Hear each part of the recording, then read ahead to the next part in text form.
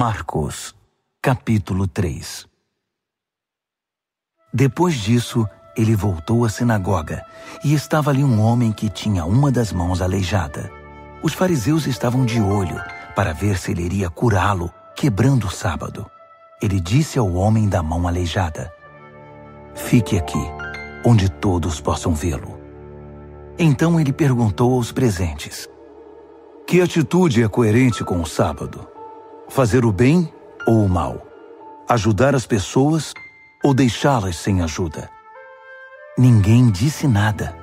Ele os encarou um a um, indignado com a religiosidade inflexível deles, e então ordenou ao homem: "Estenda a mão." Ele a estendeu. Ela ficou perfeita. Os fariseus se retiraram imediatamente, discutindo como unir forças com os partidários de Herodes para acabar com Jesus. Jesus partiu com seus discípulos para o mar, só para sair dali. Mas uma multidão imensa foi atrás dele. Gente da Galiléia, da Judéia, de Jerusalém, da Idumeia, da região próxima do Jordão e das vizinhanças de Tiro e Sidom. Um mundaréu de gente desejosa de conhecer ao vivo aquele de quem tanto tinham ouvido falar. Ele recomendou aos discípulos que tivessem um barco preparado. Assim, não seria atropelado pela multidão. Pelo fato de ele haver curado muitas pessoas, todos os que sofriam de algum mal se acotovelavam para chegar o mais perto possível dele e tocá-lo. E no caso dos espíritos malignos, quando o reconheciam, caíam e gritavam: "Você é o Filho de Deus!" Mas Jesus não dava atenção a eles. Fazia-os calar, proibindo-os de dizer em público quem ele era. Ele subiu a uma montanha e convidou alguns para o acompanhar. Foram juntos, e ali ele escolheu 12 e os designou apóstolos. Jesus os reuniu para enviá-los a proclamar a palavra. Também lhes daria autoridade para expulsar demônios. Os 12 são: Simão. Jesus mais tarde chamou Pedro, que significa rocha. Tiago, filho de Zebedeu. João, irmão de Tiago. Jesus passou a chamar os irmãos Zebedeu de Boanerges, que significa filhos do trovão. André, Felipe, Bartolomeu, Mateus, Tomé, Tiago, filho de Alfeu, Tadeu, Simão o Zelote, Judas Iscariotes, que o traiu. Jesus foi para casa e, como sempre, uma multidão se formou em volta. Era tanta gente pedindo ajuda que ele não tinha tempo nem para comer. Alguns parentes informados da situação foram tirá-lo de lá, até pela força, se necessário. Eles suspeitavam que Jesus estava perdendo o juízo. Os líderes religiosos de Jerusalém espalharam o boato de que ele estava praticando magia negra, fazendo truques diabólicos para impressionar o povo, mostrando poder espiritual. Jesus contestou a calúnia. Faz sentido um demônio lutar contra outro demônio? Satanás expulsaria o próprio Satanás? Uma família que vive brigando se desintegrará. Se Satanás expulsa Satanás, não irá se destruir? Acham que é possível, em plena luz do dia, entrar na casa de um homem forte e acordado e roubar seus bens sem amarrá-lo primeiro? Amarrem-no e então poderão roubá-lo. Faço aqui uma advertência. Não há nada dito ou feito que não possa ser perdoado. Mas se vocês persistirem nas calúnias contra o Espírito Santo de Deus, estarão deliberadamente rejeitando aquele que perdoa, rompendo relações com aquele que o sustenta. Ele fez essa advertência porque era acusado por eles de ter ligação com o maligno.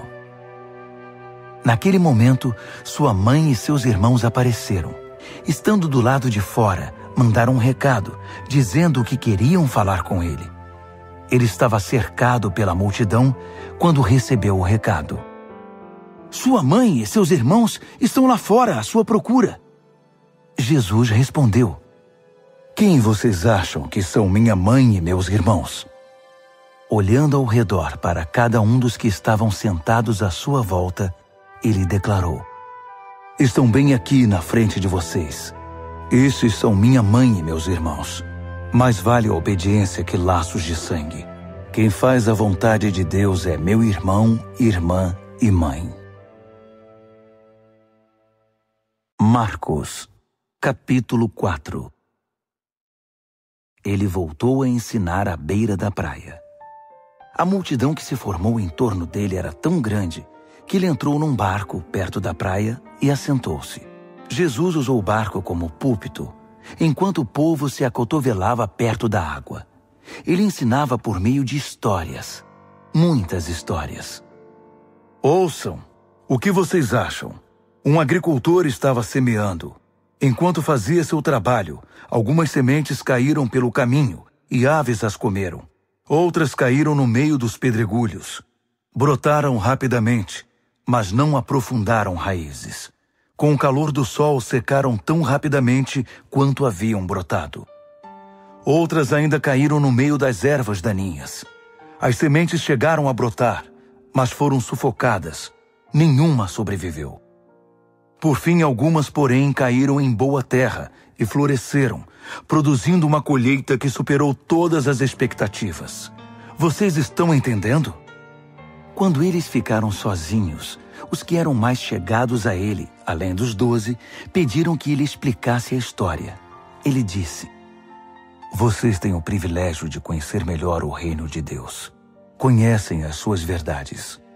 Mas para aqueles que ainda não podem ver, tudo é dito por meio de histórias, a fim de guiá-los a discernimentos mais profundos. Essas pessoas são assim.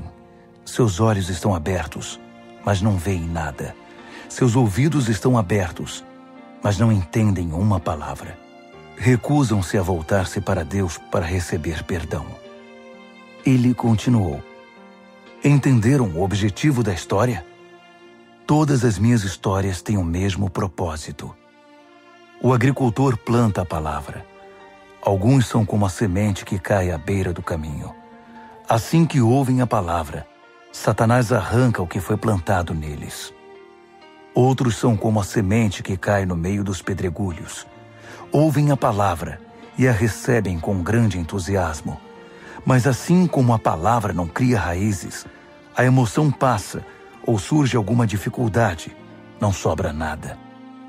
A semente lançada no meio das ervas daninhas é aquele que ouve a mensagem do reino, mas é vencido pela preocupação e pela ilusão de manter o que tem e de ganhar mais. A mensagem é sufocada e não sobra nada. A semente lançada na terra boa é a pessoa que ouve a palavra e a abraça, e a colheita supera todas as expectativas.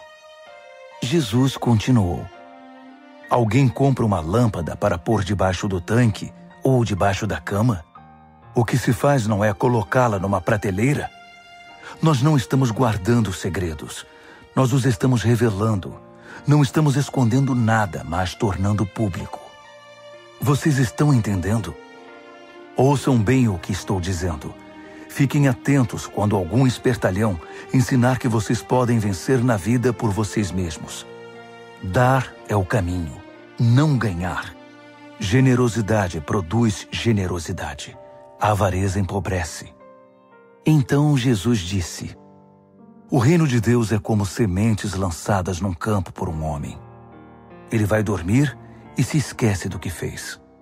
A semente brota e cresce, mas ele nem imagina como isso ocorre. A terra dá conta de tudo, sem a ajuda dele. Primeiro o caule, depois a espiga e por fim o grão.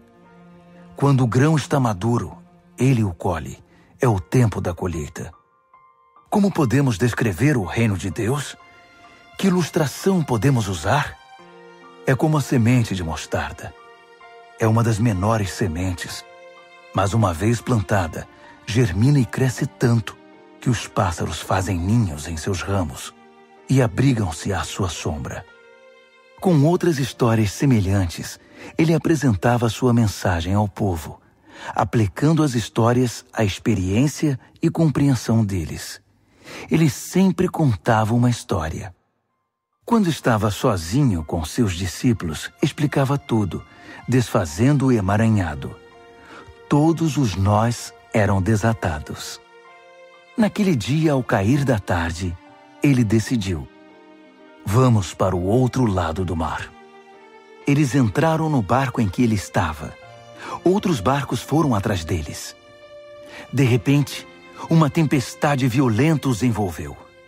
As ondas invadiam a embarcação, ameaçando afundá-la, enquanto Jesus, com a cabeça sobre um travesseiro, dormia na popa do barco. Os discípulos o acordaram, implorando: Mestre, não vais fazer nada! Nós vamos morrer! Jesus acordou e ordenou ao vento que se acalmasse. Ele disse ao mar: Quieto, sossegue. O vento virou brisa e o mar ficou em plena calmaria. Jesus repreendeu os discípulos: Por que tanto medo? Vocês não têm fé? Eles estavam apavorados e confusos. Afinal, quem é este homem? Se perguntavam. Até o vento e o mar se acalmam quando ele ordena.